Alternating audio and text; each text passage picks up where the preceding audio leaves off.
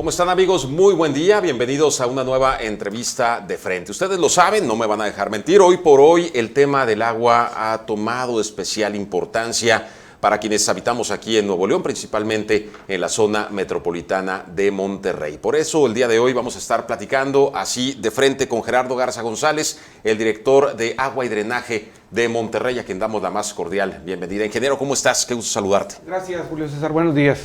Muy buen día. Muchísimas gracias por estar aquí con nosotros para hablar de este tema de especial relevancia a partir de los últimos años. Y bueno, sabemos, ingeniero, ya para entrar en materia, que pues han sido los últimos años difíciles por infinidad de circunstancias, en infinidad de temas ha habido complicaciones. El tema del agua, por desgracia, no ha sido la excepción. ¿Cómo estamos en este momento? Sí, obviamente. Bien lo describes, ha sido una parte crítica y no fuimos excepción como el resto del país, ¿no? De repente hay condiciones muy locales del tema de sequía, hoy se generalizó, cada vez vemos más seguido y más frecuentemente eso. Hoy el país pasó por una crisis general, obviamente las temporadas de ciclones y eso vinieron a disminuir en algunas partes esa aguda sequía. Nosotros sí seguimos siendo excepción, estamos en una parte semidesértica del país y todavía en una situación crítica. Es cierto que estamos en la temporada de ciclones, pero estamos en una situación crítica. Venimos arrastrando una falta de precipitaciones importantes de prácticamente 7 años, sobre todo en las cuencas sur del estado, y eso, en la disminución continua de esos 7 años para acá, te estoy hablando prácticamente 2014 hacia acá, las captaciones fueron disminuyendo. Ahí están las gráficas que indican lo que te estoy comentando, hasta llegar a un punto crítico prácticamente hace 24 meses. De hace 24 meses para acá, en la región citrícola, que es en nuestra fuente, una de las fuentes importantes, que es Cerro Prieto, la presa de Cerro Prieto, empezamos a tomar acciones distintas en el tema operativo. Viendo que la complejidad se avecinaba, empezamos a cambiar la política operativa y esa presa siguió disminuyendo, hasta llegar ahorita a un nivel muy crítico en el cual no se había puesto desde que fue concebida o desde que fue construida, de los 80s, está en su nivel más bajo, ¿no? Y repuntó con estas pocas lluvias de los últimos 8 días, prácticamente 2 millones de metros cúbicos, que significan 2 días de abasto, así en términos generales, 2 días de abasto a la población, prácticamente nada. Situación que nos ayuda al disminuir temperaturas, disminuir evaporación. Bueno, estamos en una condición diferente, seguimos en una situación crítica. El resto de las fuentes que son Cuchillo y La Boca, tienen niveles aceptables para la temporada en la que estamos, ¿no? Sin embargo, la población sigue creciendo y eso nos pone en una situación más compleja, ¿no? Las fuentes siguen siendo las mismas, por eso es la tarea interminable que tiene Servicios de Agua y Drenaje de Monterrey prácticamente desde hace un siglo, ¿no? Estar consiguiendo nuevas fuentes para estar satisfaciendo la demanda del crecimiento que tiene la ciudad. Efectivamente. Ahora, a pesar de esto, hay mucha gente, en general, no hablo únicamente de ciudadanos, sino empresarios y demás, los industriales, que parecen no entender, o quizá no nos cae el 20, ingeniero, no sé tú cómo lo veas, y parece que no aceptamos que estamos realmente viviendo una crisis del agua. ¿Lo podemos definir así, como una crisis del agua en este momento? Sí, definitivamente sí. Obviamente va a ser temporal, para eso hace la tarea continuamente Agua y Drenaje de Monterrey, pero tiene razón. Todos los usos, no nada más el doméstico. Ahorita que mencionas el industrial, que es muy importante, sí. El comercial, pues imagínate la generación de economía que se vea truncada por la falta de agua. O sea, no nada más estamos hablando de falta de agua para los quehaceres individuales de las viviendas, sino para la generación de economía. Acuérdate tú que Nuevo León produce casi el 8% del Producto Interno Bruto, cuando tenemos prácticamente el 4% de la población. Es decir, estamos acostumbrados a estar generando y a estar siendo atracción, foco económico del país, y no nada más con industria nacional. O sea, hay firmas internacionales que lo que vienen buscando en primera instancia es primero que haya la seguridad de agua. La seguridad hídrica para una empresa es importantísima. ¿Qué es lo que estamos haciendo en las últimas fechas? Lo que hacen, o en los últimos años, lo que hacen las ciudades inteligentes, ¿no? Y yo siempre tomo el caso de California, que en las últimas 2 décadas ha pasado también por un crecimiento muy acelerado de su población y que está en una condición también ambiental crítica, está en una parte difícil de precipitaciones, aunque esté en la costa. Su crecimiento acelerado y sus condiciones naturales han hecho que pase por crisis muy fuertes. ¿Qué estamos volteando a hacer? Lo que Ciudades Inteligentes, repito, es decir, que el consumo para la industria no sea agua potable. Es decir, que no sea agua de primer uso, que sea agua industrial, de las cuales nosotros tenemos disponibilidad en las plantas tratadoras de agua. Tenemos agua suficiente para darle a la industria el 100% de lo que tiene en Monterrey. Obviamente no hay procesos que no toleran tener agua reciclada o agua de reuso, pero las que sí, y ahí es donde toma mucha relevancia, donde las cámaras, tanto CAINTRA y CANACO, que intervienen con nosotros y hacemos intercambio de información para poder dar la información necesaria y que ellos vayan por agua de reuso. Que eso nos permite tener las fuentes, sean pozos o sean presas, claro, en condiciones estables, es decir, para poder seguirle dando agua a la población de primer uso, que es a final de cuentas, como lo marca la ley y la Constitución, pero además, además del derecho humano, pues la necesidad que tenemos de la higiene, del tomar agua, del bañarnos, del producir, tener alimentos en la vivienda. Entonces la combinación del agua residual tratada, que para que la industria ahí empiece a enterarse con eso, la combinación de la eficiencia que depende 100% de nosotros, de cómo evitar fugas, de cómo tener medidores en regla, de cómo tener los contratos, que hoy tenemos cerca de 100,000 personas que no tienen contratos y esos pues obviamente no tienen el cuidado del agua. Claro. Generalmente vinimos adoptando una cultura del agua de prácticamente ya 4 décadas, de una manera muy paulatina. Sí, el regiomontano está acostumbrado a cuidar el agua. Creo que nos hace más tarea, nos hace falta hacer más tarea para todavía seguir disminuyendo. Te digo por qué sí estamos acostumbrados. Los datos de la Comisión Nacional del Agua, que son el que regula el agua a nivel nacional, maneja el consumo promedio en litros habitante por día. Un ser humano consume en promedio en México 250 litros habitante día.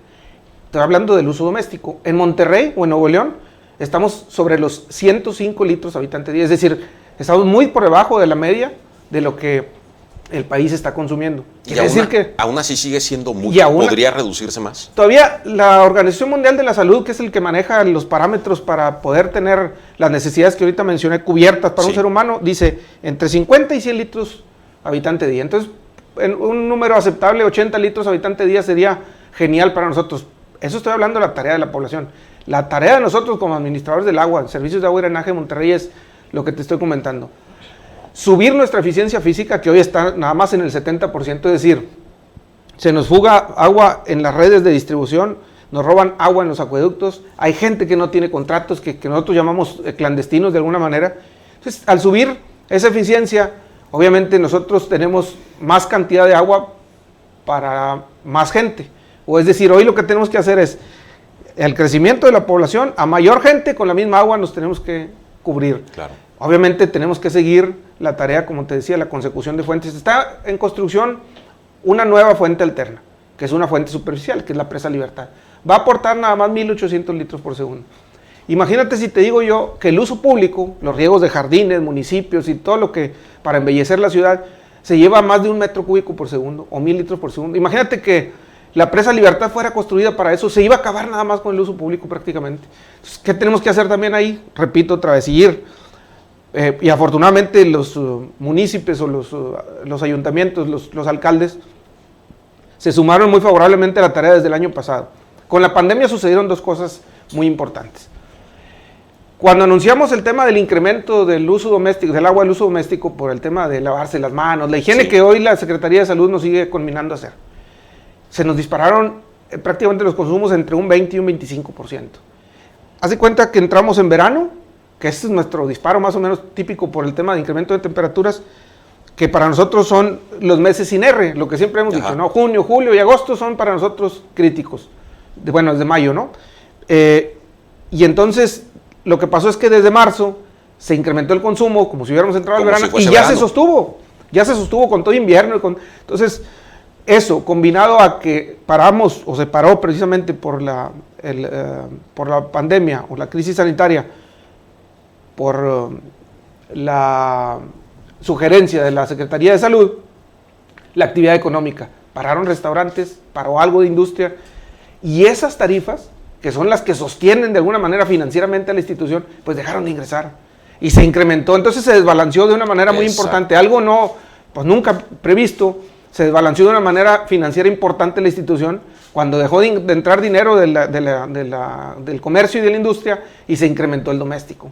Entonces ahí tuvimos un doble impacto que empezamos a revertir a partir de prácticamente agosto del año pasado, porque se suspendió incluso los cobros para domésticos y comercios, que nada más se prorratearon y se pospusieron prácticamente de abril a agosto del año pasado.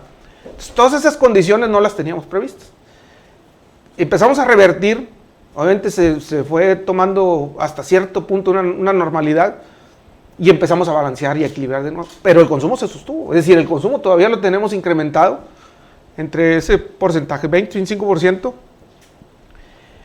y los alcaldes, ahora retomando el tema, cuando se les anunció que teníamos que ser conscientes y disminuir o quitar el agua de uso, el agua potable en los jardines, pues fuimos por cerca de 800 o 1000 tomas a cerrar prácticamente, a que sea cero el consumo y a tener la oferta del agua residual tratada. Hoy quizá en algunas líneas pudieran tener acceso con medidores en nuestras líneas, pero con pipas tanque o carros tanque de poder embellecer la ciudad. Tenemos que empezar a emigrar a que los camellones no sean unos vergeles. No estamos en una zona tal, o sea, es una zona semidesértica, tendríamos que emigrar a tener otro tipo de... Pues deforestación, ajá, lo que es regional, ¿no? Pues vamos a tener que ver cosas distintas en los camellones, quizá piedras, quizá madera, quizá caucho, no sé, algo que, como te repito, lo hizo la ciudad más bien todo el estado de California, las ciudades importantes, ¿no? Hay lujos que no podemos darnos definitivamente, ¿no? Y eso, ingeniero, creo que vale la pena retomarlo.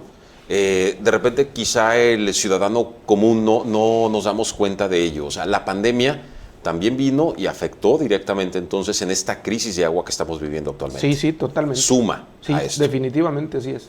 Comentabas hace unos momentos lo del uso del agua en industrias y que las industrias, bueno, que se van a asentar, por ejemplo, aquí en Nuevo León o las que ya están, pues buscan que haya esa garantía. Esta crisis de agua que se está presentando ha mermado quizá el desarrollo industrial, ha ahuyentado a empresas que pretendían asentarse aquí en el estado, ¿o no se ve eso todavía? Todavía no. Las factibilidades que son las que detonan prácticamente el desarrollo siguen un curso prácticamente normal, ¿no? Hemos dado factibilidades a firmas internacionales, que también está la disyuntiva en donde decir, si no tuvieras la alternativa del agua residual tratada para poder que se establecieran en una parte de su proceso que tienen ese consumo, pues es donde dices, bueno, viene una empresa a generar 400 empleos directos, o le damos agua y genera empleos, o le decimos que no y va a emigrar a donde tenga las condiciones. Es un tema complicado, pero que siempre salvamos, es decir, la alternativa ahí está. El agua residual tratada nos ha hecho que dos firmas internacionales que se van a poner hacia el norte de la zona metropolitana estén hoy volteando a ver Monterrey como una parte segura en el desarrollo de su actividad. Y las dos son internacionales ambas. Las dos venían de rebotar información en Tamaulipas y en Coahuila. Y la toma de decisión para estar en Nuevo León fue que hay agua. Eso es. Entonces, de ahí ves la importancia del tener agua en las redes, ¿no? Efectivamente. Y todo tipo de agua. Te hablo del agua de primer uso o el agua cruda. Hay agua. Nosotros somos productores de agua cruda, es decir, agua sin potabilizar para una parte de industria que estamos disminuyendo. De agua potable, que es la que consumimos todos los ciudadanos. De agua negra para producir electricidad, es decir, de drenaje. De agua residual tratada para los procesos de la industria. Es decir, toda esa gama de productos hacen que la seguridad y de la economía siga vigente en Nuevo León, ¿no? Claro, ingeniero, me queda una duda. Hace unos momentos hablabas de cambiar la política operativa. Sí. ¿En sí a qué te refieres con esto? ¿En qué consiste? Mira, así a grosso modo, la zona metropolitana es abastecida por 3 fuentes superficiales, que son La Boca, Cerro Prieto y Cuchillo. ¿Sí? Son las presas. Pero también está combinada con agua subterránea, agua del acuífero de Mina, hacia el norte de la zona metropolitana, y agua del acuífero Buenos Aires o Huasteca, junto con agua de la Sierra Madre que viene del manantial Estanzuela, de Cola de Caballo y del túnel de San Francisco. Todas esas fuentes se combinan y llegan a un anillo de transferencia, dos anillos de transferencia, uno en el primer cuadro de la ciudad y otro hacia las afueras, que parte desde la potabilizadora San Roque y rodea la zona periférica norte, por allá por Apodaca, Escobedo, El Carmen, hasta llegar prácticamente a la punta de allá con García. Falta el cierre acá de Santa Catarina García. Esos 2 anillos de transferencia hacen que toda el agua de esas fuentes que te mencioné ahorita se puedan combinar. Llegan agua de todas las fuentes y pueden girar a favor o en contra de las manecillas del reloj, y esas son las que distribuyen a los 5.7 millones de habitantes. Bueno, hoy no a todo el estado, a los 4.7 de la zona metropolitana. Si se apaga una de esas fuentes, hoy ya no somos capaces de satisfacer la demanda, porque está prácticamente ya la demanda topada con esas fuentes. Tenemos una oferta en curso que es Presa Libertad, que va a venir a aportar los 1.800 litros por segundo. Si apagamos una fuente que es ahorita Cerro Prieto, deja de llegar ese volumen que ahorita prácticamente es el 15% de toda la demanda de la población. Hoy nuestra demanda promedio diaria es 15.500 litros por segundo. Entonces, si dejamos de traer 2.200 de Cerro Prieto, pues obviamente el sistema nota eso. Claro. Eso es lo que nosotros decimos, bueno, quizá vamos a tener suspensión del servicio de 11 horas de un día a 5 horas del otro, porque ese volumen deja de llegar. ¿Cómo subsanamos ese déficit? Bueno, hay pozos en la zona metropolitana que equipamos, en todo, distribuidos en la zona metropolitana, y otros en el primer cuadro de la ciudad, específicamente en Macroplaza, que van a subsanar esa falta de 2.000 litros por segundo que llega de Cerro Prieto. Nosotros vamos a llegar a aportar 1.500, 1.600 litros por segundo, es decir, disminuir ese déficit.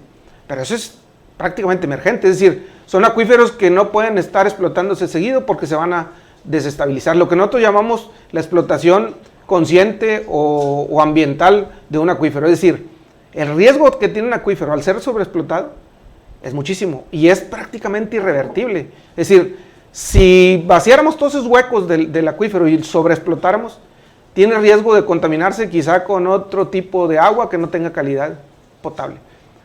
Y entonces la reversión prácticamente es imposible o a muy largo plazo. Entonces tenemos que estar explotando de una manera, por eso decía yo, la política operativa la empezamos a cambiar. Es decir, a Cerro Prieto le empezamos a dejar de extraer el volumen necesario para seguir reservándolo hace prácticamente 24 meses.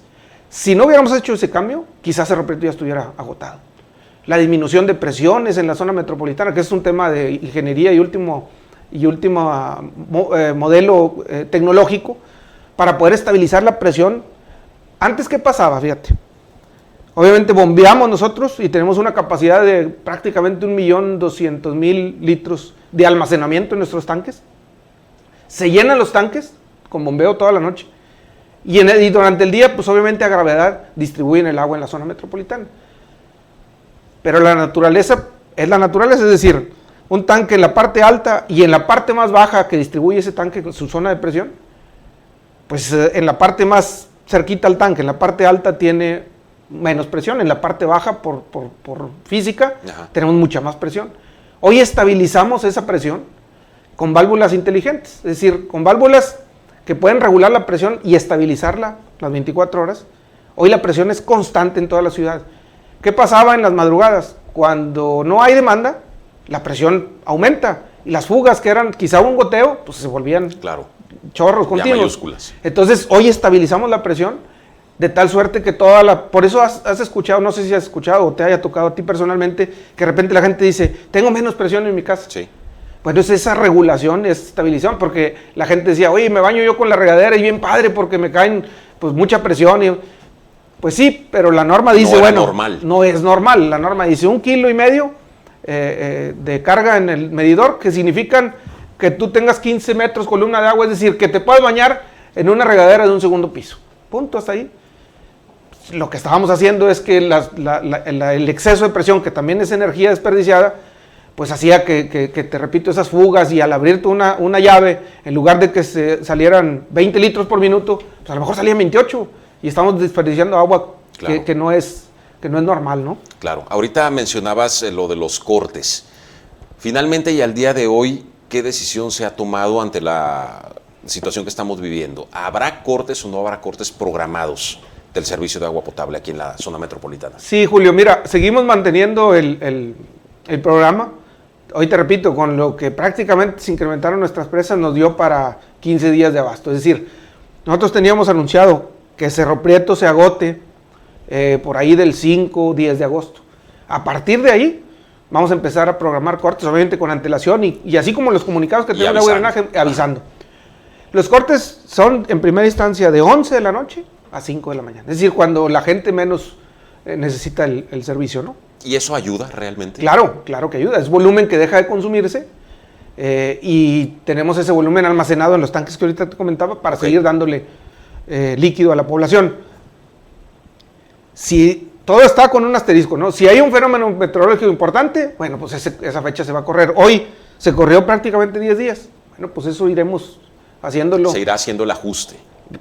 Conforme a los fenómenos meteorológicos nos ayuden en los almacenamientos, ¿no? Los pronósticos son muy difíciles, hablar de números es muy difícil, de proyecciones a un corto, mediano plazo es complicado, sobre todo en temas como este, ¿no? Del abasto de agua, pero ustedes como Servicios de Agua y Drenaje de Monterrey, ¿qué están previendo? ¿Cuál podría ser el mejor y el peor de los escenarios? Sí, mira, bueno, el peor obviamente es que las fuentes se agoten y que no nada más se se agote. Pudiera ser la boca, que está en un gran riesgo porque es un volumen muy pequeño. Ya entramos a las temporadas. Esa cuenca para nosotros es muy predecible, muy predecible. Es una cuenca muy pequeña. La boca prácticamente es para nosotros un tanque de regulación del sistema. Se llena todos los septiembre, está llena prácticamente. Hoy la empezamos a ver repuntando. La proyección no puede ser tan a corto plazo, Julio. Es decir, las ciudades y una ciudad tan importante como Monterrey, lo que representa ahorita lo comentamos para el país, tiene que tener una proyección de décadas. Claro. O sea, lo que está gestado 2015, que es el Plan Hídrico 2030 en su primera etapa, y 2050, tiene que ver con todo lo que te comenté. Yo no nada más ir por nuevas fuentes, es decir, si seguimos haciendo la tarea como antes, y seguimos desperdiciando y haciendo dispendio de agua en el riego de jardines, y que la industria tome agua potable para sus procesos, no nos va a alcanzar, no nos va a alcanzar ni el agua de mar. Con esas eficiencias que hoy tenemos, o sea, te estoy hablando, Agua y Drenaje de Monterrey tiene una eficiencia física del 70%. Afortunadamente también Regiomontano tiene una cultura de pago y tenemos una eficiencia comercial del 95%. Si no, la institución no hubiera sido capaz de alcanzar todos esos proyectos que ha venido haciendo con el tiempo. Tenemos que esforzarnos para entrar en la legalidad. Es decir, no puede haber 100,000 medidores o 100,000 usuarios sin medidor. No se puede, no puede ser que la industria se robe el agua, no puede ser, es decir, la tarea la tenemos que hacer todos. Sí, nosotros como administradores, levantar nuestra eficiencia física, claro, pero tener conciencia todos somos corresponsables en el tema de la cultura del agua, no nada más los que administramos, ¿no? Que también te voy a decir algo, los que administran el agua, es que hay que ver que atrás de la llave no nada más está gente que instala tubos, sino hay químicos, hay biólogos, hay doctores, hay abogados, hay contadores, toda una disciplina para poder manejar el agua. O sea, imagínate un biólogo que tenga que estar asegurando la calidad del agua, claro, todos los días en diferentes puntos de nuestra red, en todo el estado. Pues eso tienes que cumplir con la norma 127 que marca la Secretaría de Salud. Imagínate el riesgo tan tremendo que tenemos para darle agua a la población, que tú puedes tomar de la llave y no va a pasar nada. Nuevo León sigue manteniendo ese alto nivel, creo que estaba hace algunos años todavía en primer lugar en cuanto a potabilidad. Sí, todavía. Más del 99%. Sí, prácticamente toda el agua de su red se puede tomar y eso de asegurar 24/7, o sea, lo que estamos diciendo ahorita es para no tener 24/7, el agua no se está acabando, es decir, nos está rebasando la demanda, que eso es diferente, ¿no? Pero el agua no se va a acabar. Lo que sí tenemos que hacer es conciencia para poder tener el servicio 24/7. Yo te voy a decir, Julio, ciudades importantes en México con 24/7 no hay. Podrá haber 8 o 10 ciudades, quizá muy pequeñas, que sí tengan 24/7, pero potabilidad en la llave, no. Cero. Monterrey es único. Entonces, tendremos que seguir siendo corresponsables toda la sociedad para mantener ese servicio. Es incómodo y entiendo yo y voy a entender a la población que no tiene agua. Quizá tú lo viviste en los 80s. Sí. Qué incómodo es que antes te decían, tienes agua de 6 de la mañana a 8 de la mañana. Y nada más. Y también, qué bueno el espacio, te lo agradezco porque te voy a hacer un comentario bien importante. La gente cree que cuando nosotros suspendemos el servicio, baja el consumo y no es así. La gente tiende por esa alarma que dice, bueno, van a cortar el agua, juntan el agua. Después juntan en recipientes que no son adecuados para ello y para cuando acuerdas, por algún tema se contaminó y terminan vertiéndola al jardín o al otro lado, ¿me explico? Entonces sí, el consumo se mantiene, contrario a lo que la gente puede decir, es que no hay agua y el consumo bajó, no pasa así. Ese es algo que la gente tiene que visualizar porque ante la alarma, bueno, pues nadie quiere quedarse sin agua, ¿no? Y ante una situación como esa, entonces, ¿qué habría que hacer? Bueno, obviamente hay elementos que son precisamente exclusivos para eso, es decir, los tinacos, que empezaron a dejar de verse en las casas de Nuevo León. Un tinaco es precisamente para eso, ¿no? Tienes tu volumen almacenado para poder tener todas tus demandas cubiertas. pero seguimos siendo conscientes con eso. O sea, es decir, si tú quieres con tu tinaco regar el jardín, pues no te va a alcanzar el agua para lavar los platos, quizás para bañarte. O sea, como quiera tenemos que hacer. Ahora, el reuso o las prácticas individuales en cada vivienda, no nada más lo que agua y drenaje, eso nos suma. Es decir, el reuso en tu casa. Si el agua de la regadera que pudiste aprovechar porque la gente abre y quiere meterse hasta que esté caliente, pues a lo mejor ahí se desperdiciaron 40 litros. Si tú la almacenas, pues a lo mejor tienes agua para el sanitario, para el trapeador, para la lavadora. Todas esas cosas suman para nosotros, todas suman. Ingeniero, yo he escuchado, igual seguramente ustedes también les ha pasado en estos últimos días, en donde se ha dicho que con la poca lluvia que ha caído, ha aumentado, y lo mencionabas tú hace unos momentos, ¿no? Empieza la presa La Boca en Santiago, por ejemplo, a incrementar poquito a poquito ahí su nivel de almacenamiento. Esto como que genera un exceso de confianza en la gente. Dice, bueno, ya tenemos más agua. Pero en el caso específico de La Boca, tengo entendido que es de toda la cantidad que hay almacenada, es mínima la cantidad que realmente se puede potabilizar, y que hay una cantidad en su mayoría que es agua podrida, como le llaman, y que es imposible de que se pueda reusar. Sí, claro. Sí. ¿Esto es real? Sí, ¿Esto claro. es así? Sí, tiene un volumen aprovechable nada más. Tiene un volumen aprovechable. Digamos lo que está encimita, digámoslo así. Sí, de los 40 millones de metros cúbicos que almacena La Boca, prácticamente 16 no se pueden usar. Es decir, estamos hablando nada más se usan 24. Si así fuera como quiera tú, Julio, si fuera el caso de aprovechar los 40 millones de metros, es decir, vamos a ver en un caso hipotético la presa de La Boca totalmente seca. Ese volumen, en 28 días, si sacáramos todo el agua de ahí, para la zona metropolitana, en 28 días se acaba. De llena a cero, en 28 días. Es decir, es muy poquito volumen.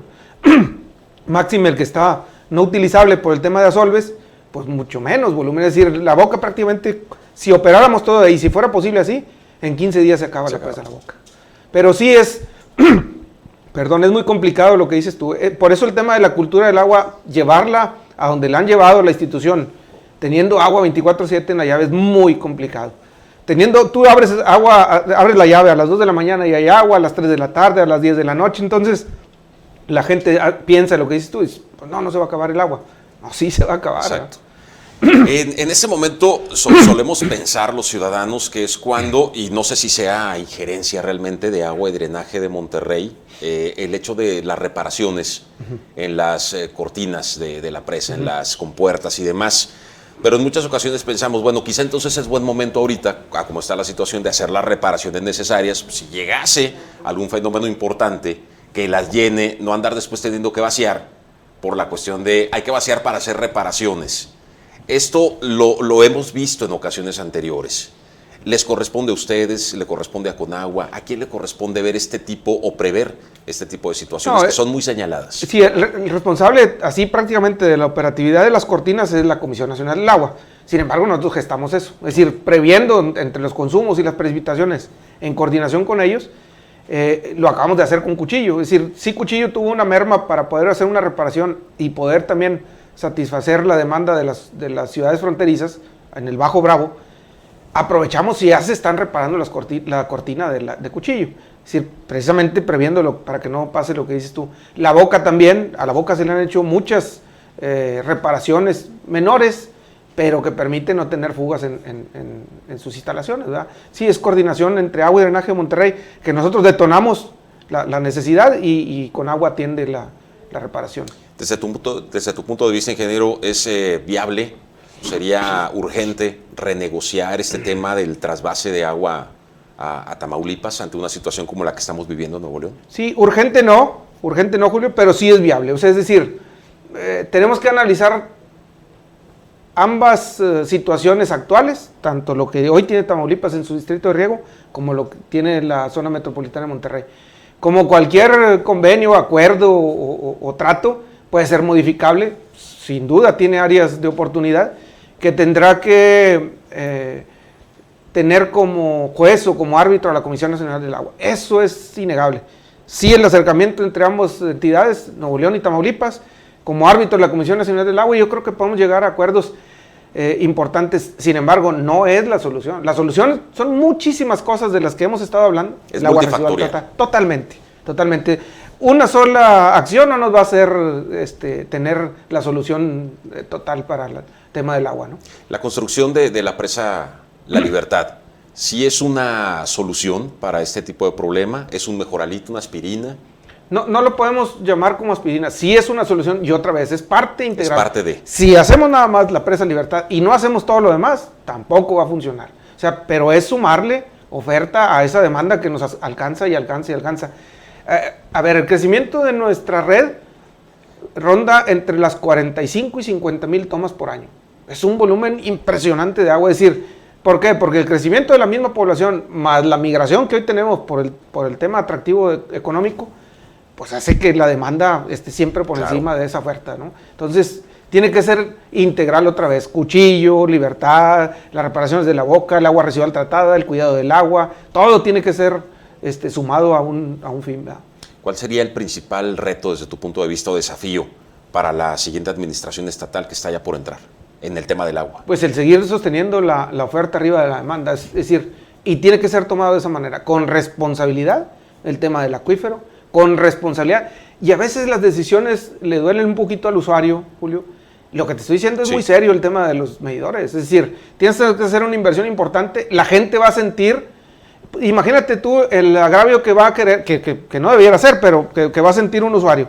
Si tiene 8 años de no tener medidor, o 5 o 6, cuando llegues tú a poner un medidor y que ahora sí sepa que tiene que pagar el agua, ¿qué crees que va a pasar? Pues no le va a pagar. Claro. ¿Sí me entiendes? O sea, y es tarea de todos los días. Todos los días. Y entonces, ven, es un círculo que luego se vuelve vicioso, pero que si sumamos todos lo tenemos que hacer virtuoso de alguna manera. ¿Por qué? Porque la gente luego ve con malos ojos que ya dice, es que ahí viene la gente de agua y drenaje a regularizar. Pues obviamente, maestro, tenemos que regularizar el servicio. Estás acostumbrado a no pagar el agua, pues no se vale, porque... Y luego, todavía más allá, los que dicen, bueno, pues yo la tiro porque la pago. Pues sí, pero estás tirando la de tu vecino y la de tu mamá y la de tu primo. Pues no se vale, ¿verdad? Sí, no es una justificación, ¿no? Digo, se tiene que pagar, obviamente, pero no justifica el desperdiciar. Así es. Retomando rápidamente el tema de la presa La Libertad, ¿cómo va? ¿Cómo va la construcción de esta mega obra? Bien, va normal, vamos en tiempo de ejecución. Prácticamente así a números gruesos tiene un 30% de avance físico, tiene igual un 30% de avance financiero, está proyectada a terminarse en agosto del 23, quizá podamos terminar antes. Si es concluida en agosto del 23, vamos a aprovechar el ciclo o la temporada de lluvias de ese año. Probablemente funcione hacia finales del 23 esa presa. Está el tema cubierto hasta los ejercicios 2021-2022, financiero, es decir, lo que negociamos con la federación.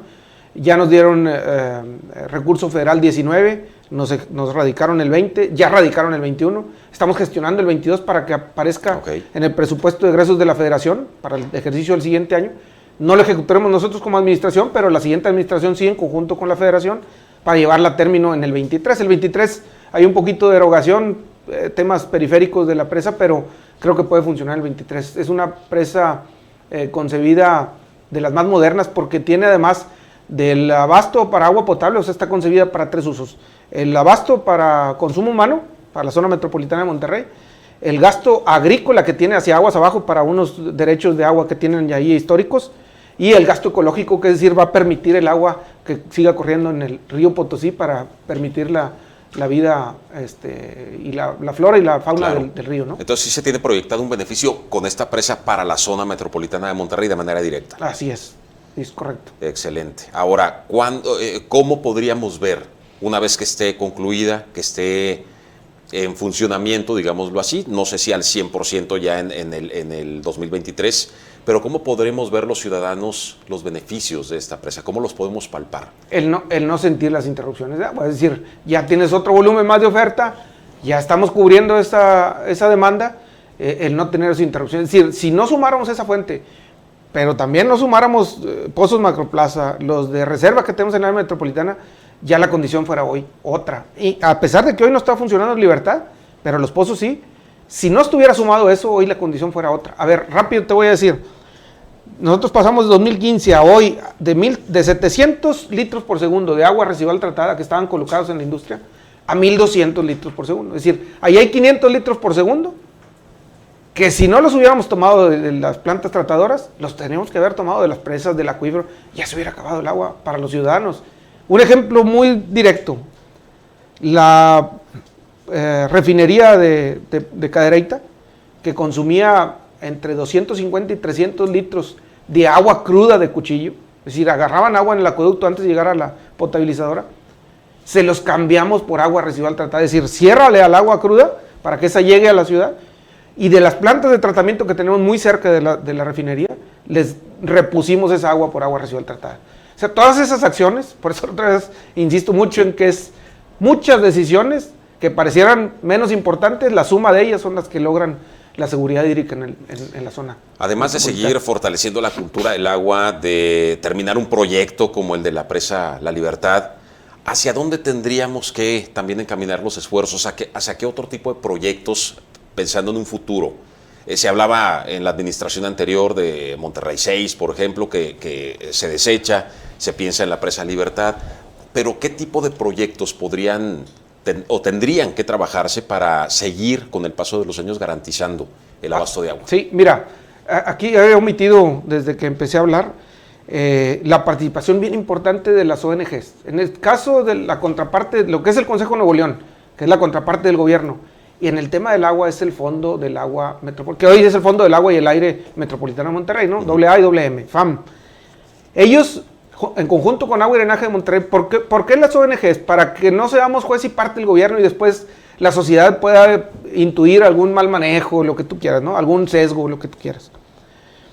En la aportación del Fondo del Agua y el Aire Metropolitano de Monterrey, hay cerca de 87 alternativas, estudiadas obviamente en conjunto con nosotros y la Comisión Nacional del Agua, porque tenemos que atender varias cosas. El no incurrir, obviamente, en ilegalidad, o sea, que sea legal el ir por esa concesión de agua, que no tenga un compromiso social, como en el caso que ha habido muchas confrontaciones, lo acabamos de ver acá con la presa La Boquilla en Chihuahua, pues, que no tenga un tema social, que no tenga un tema ambiental, es decir, tenemos que ser responsables con el cuidado, y todas esas fuentes que vayan cumpliendo con esos primeros 3 parámetros, ir agarrándolas como alternativas. Hay cerca de 80 alternativas, obviamente unas son más viables, claro. Algunas son viables ambiental y socialmente, pero económicamente prácticamente imposibles, que fue a lo mejor lo que pasó con el tema del Monterrey 6.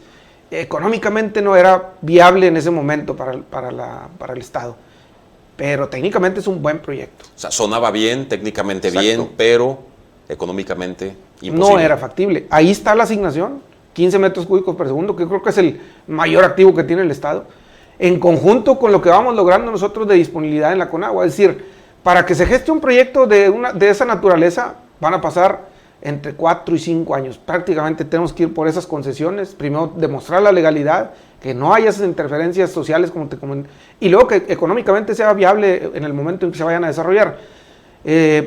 Hay proyectos así palpables como el segundo acueducto de Cuchillo, que compromete, es parte del convenio ese que mencionaste ahorita tú con Tamaulipas, nos compromete a hacer otro tipo de obras, pero andan inversiones fuertes ahí del tema de 13, 14 mil millones de pesos. O sea, pero yo creo que está visto, está concebido. La administración anterior tendrá que tener la visión y obviamente con el soporte de los técnicos de Agua y Drenaje de Monterrey, que es lo rápidamente viable para poder seguir satisfaciendo la demanda. Es prácticamente sueltan el avión volando y lo tienes que aterrizar, es decir, tienes que tomar las decisiones, pero ya. Efectivamente. ¿No? En este tema de la presa La Libertad, que ahí va el avance, hace meses hubo señalamientos hacia ti como funcionario importantes por parte de algunos ejidatarios de allá de la región citrícola y recientemente una imputación por parte de la Fiscalía General de la República. ¿Cómo va esto? ¿Ya hubo una comparecencia? No, por asesoría legal personal mía no comparecí, pero obviamente está demostrado ahí, obviamente pues, ellos tendrán que demostrar sus hechos.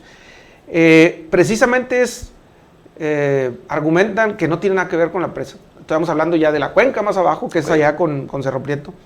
Yo creo que son agravios de cuando Cerro Prieto fue construida, pero además de eso son ejidatarios que no tienen derechos de agua. Es donde empezamos a ver el tema de la legalidad, por eso te decía yo, si no tienen derechos legales, pues obviamente no tienen derecho a reclamar, pero además lo que te dije de la presa Libertad, en ningún momento hubo visitas o inspección física de la Fiscalía, hace prácticamente un mes, para constatar que el río no fuera desviado, tal cual está, ¿eh? Y así están los permisos de construcción. O sea, no podemos incurrir nosotros en una ilegalidad porque sí nos meteríamos en un problema.